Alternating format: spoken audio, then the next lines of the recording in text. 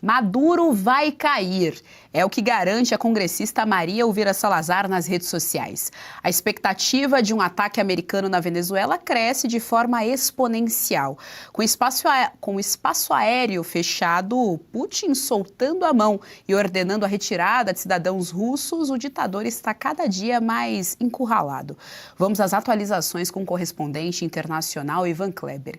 Reunião no Salão Oval ainda nesta segunda-feira pode definir o futuro de Maduro e do povo venezuelano. A gente vai entender então toda essa história. A gente tem mais atualizações aqui com o nosso queridíssimo correspondente internacional Ivan Kleber, que já está aqui conosco. Ivan Kleber, boa tarde. Seja muito bem-vindo ao Jornal da UES, segunda edição. Boa tarde, Geisiane. Uma saudação especial a você e a toda a nossa audiência que nos acompanha na tarde desta segunda-feira. Como você disse, importantes atualizações. Eu vou começar pela principal delas, talvez, das últimas horas. Nós teremos uma reunião do presidente americano Donald Trump com toda a sua equipe, inclusive com militares. Estará presente o secretário de Guerra, Peter Hegseth, o secretário de Estado, Marco Rubio, e também o chefe das Forças Armadas, Dan Kane, general Dan Kane. Dito isso, essa reunião acontece então às 17 horas, horário de Washington, 19 horas, horário de Brasília, na Casa Branca, e o assunto, sim, será Venezuela. Qual assunto específico, Geisiane? Obviamente que nós não podemos saber, devido à questão militar envolver tantos segredos. São várias as opções. Desde uma atualização, uma vez que o general Dan Kane esteve na região, esteve em Trinidad e Tobago, esteve na República Dominicana, esteve em Porto Rico, e possivelmente ele iria atualizar, então, né, o governo americano, a administração, as autoridades, de como anda a situação militar no Caribe. Outra hipótese é justamente aí sim a preparação efetiva, últimas horas ou últimos dias antes desse possível ataque. Um pouco antes da notícia desta reunião, como você bem lembrou, mais uma vez a Maria Elvira Salazar, ela que talvez das congressistas americanas seja a mais ativa na questão da Venezuela, declarou o seguinte, Geisiane: Maduro é o último muro entre a tirania e uma Venezuela livre. Quando cair, e cairá, a nação voltará a respirar e se levantará com força. Mais de 8 milhões de venezuelanos aguardam esse dia com o coração prontos para retornar, na mala, prontos para retornar, reconstruir sua pátria e acender um farol de liberdade que ilumine todo o hemisfério. Teria aí uma mensagem também embutida ao Brasil nessa questão de todo o hemisfério? Isso somente ela, Maria Elvira Salazar, poderia responder. A gente teve também, durante o fim de semana, a confirmação do presidente americano Donald Trump de que o espaço aéreo da Venezuela está fechado, embora alguns aviões ainda sobrevoem a região, principalmente voos internos.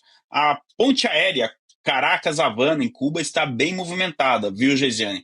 E na noite deste domingo, nós tivemos a confirmação pelo próprio presidente Trump de que ele conversou com Maduro. O jornal Miami Herald, então, publicou alguns detalhes do que teria sido essa conversa, uma vez que, obviamente, o presidente Trump não revelou esses detalhes. E olha só, o Maduro teria feito uma contraproposta à proposta apresentada por Trump. O presidente americano disse a Maduro que o máximo que ele poderia garantir é uma saída segura da Venezuela em direção à Rússia ou à Turquia, com a sua família. E qual foi a contraproposta, Geisiane? Maduro pediu uma anistia internacional para ele e sua família, assim como também para membros do Cartel de los Soles, para membros do regime e também para suas famílias. Mas a segunda parte da proposta, que é mais difícil de acreditar até onde vai a cara de pau do Maduro. Ele sugeriu o seguinte, Geisiane: uma transição de poder, a oposição assumiria o governo venezuelano, questões como pasta da saúde, agricultura, enfim, o dia a dia da administração, mas ele, Maduro, continuaria como chefe das Forças Armadas da Venezuela. Qual a chance disso dar certo, não é mesmo? Segundo o jornal Miami Herald, o presidente Trump não gostou nada de ouvir essa contraproposta, e dali então, ou seja, de uma semana para cá, mais ou menos, é que a escalada e as tensões aumentaram. chegando aí ao ponto no último sábado do presidente americano declarar todo o espaço aéreo fechado, e hoje essa reunião importantíssima daqui a pouco, daqui a algumas horas, daqui 2 horas e 20 minutos, eu já marquei aqui no cantinho do meu computador para estar se atualizando, né? Essa reunião que pode eventualmente definir aí qual será o rumo dessas tensões. O Brasil se coloca como um possível mediador caso o conflito comece. Aparentemente, a posição do Brasil é de tentar manter uma certa neutralidade, embora tivéssemos rumores aí durante o final de semana de que Maduro buscasse um abrigo no Brasil. Essa informação não foi confirmada, e pelo que a gente vem apurando até o momento, a posição do Brasil é de neutralidade, e depois, caso os Estados Unidos ataquem a Venezuela, aí sim tentar uma defesa diplomática da Venezuela. Estaremos acompanhando essas tensões, Geisiane, e eu acredito que essa reunião das próximas horas aí pode ser decisiva para um lado ou para o outro, para atacar ou não atacar, mas não será uma reunião para definir quando será a próxima reunião, viu, Geisiane? Ivan Kleber, quero te ouvir a respeito de duas questões. A primeira é se a eleição em Honduras vai impactar ou não, de repente, na celeridade desse ataque à Venezuela, né, desse desmonte do governo Maduro, já que ali é mais um polo do Foro de São Paulo, e o candidato que tem preferência é o candidato apoiado pelo Trump e pelo Milei. A gente sabe que o Milei também tem parceria com o Trump. Essa é a minha primeira questão para você. A minha segunda questão, ela é um pouco mais aberta no sentido de pensar que a América Latina sempre foi muito importante para os regimes todos comunistas. A década de 60 é um bom exemplo disso, quando a gente teve ali a contrapartida em relação à invasão comunista que nós recebemos, agentes da KGB aqui no nosso país. A minha pergunta é, o Brasil pode entrar de novo ali nessa disputa, pode ser um celeiro para pegar, por exemplo, para receber aqui, por exemplo, o resto da ala do governo Maduro, né? O Maduro não é sozinho no governo, tem o resto ali da ala, e como que a parte comunista do país, do mundo está enxergando o Brasil dentro dessa conta, tendo em vista justamente aí a ditadura que nós passamos. O começo não era ditadura, mas depois se transformou ali, pensando no período da década de 60 aqui no nosso país.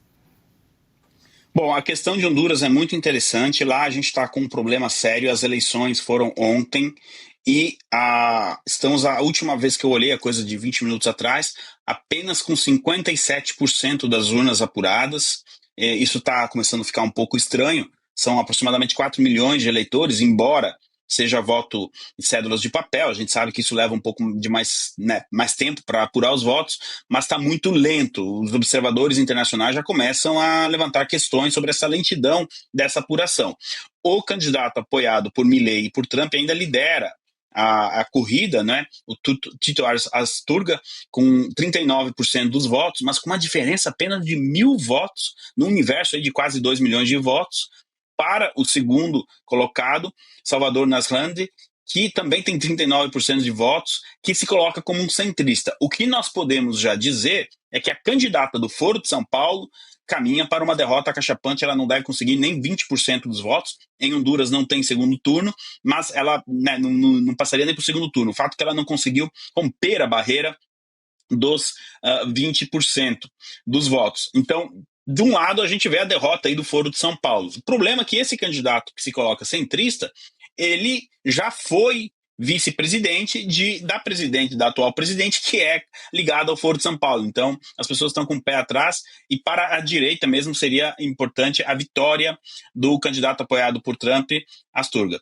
Já a questão do Brasil receber ou não dissidentes, alguns remanescentes aí do regime do Maduro, o próprio Maduro, isso seria uma jogada muito arriscada, muito perigosa. Eu não sei até onde o governo Lula estaria disposto a dar esse abrigo. Ele deve estar sendo pressionado internamente, não pela Venezuela, tá, Geisiane?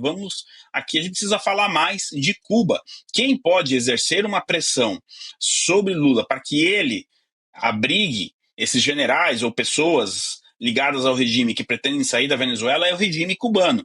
Todo esse esquema que o regime cubano montou nos últimos anos pode começar a colapsar. E quando eu falo de últimos anos, Geisiane, eu me corrijo aqui, estou falando de últimas décadas, desde que Fidel Castro subiu ao poder. Há pessoas que acreditam que é o regime venezuelano hoje que sustenta o regime cubano, ou seja, o colapso do regime venezuelano pode levar à queda do regime cubano. Nesse contexto, é muito provável que autoridades cubanas estejam pressionando o Brasil para fazer mais. Acontece que o Brasil já tem os seus problemas diplomáticos, a COP, né, a FLOP foi um fiasco, ou seja, do ponto de vista internacional, que deveria ser uma propaganda positiva, não foi.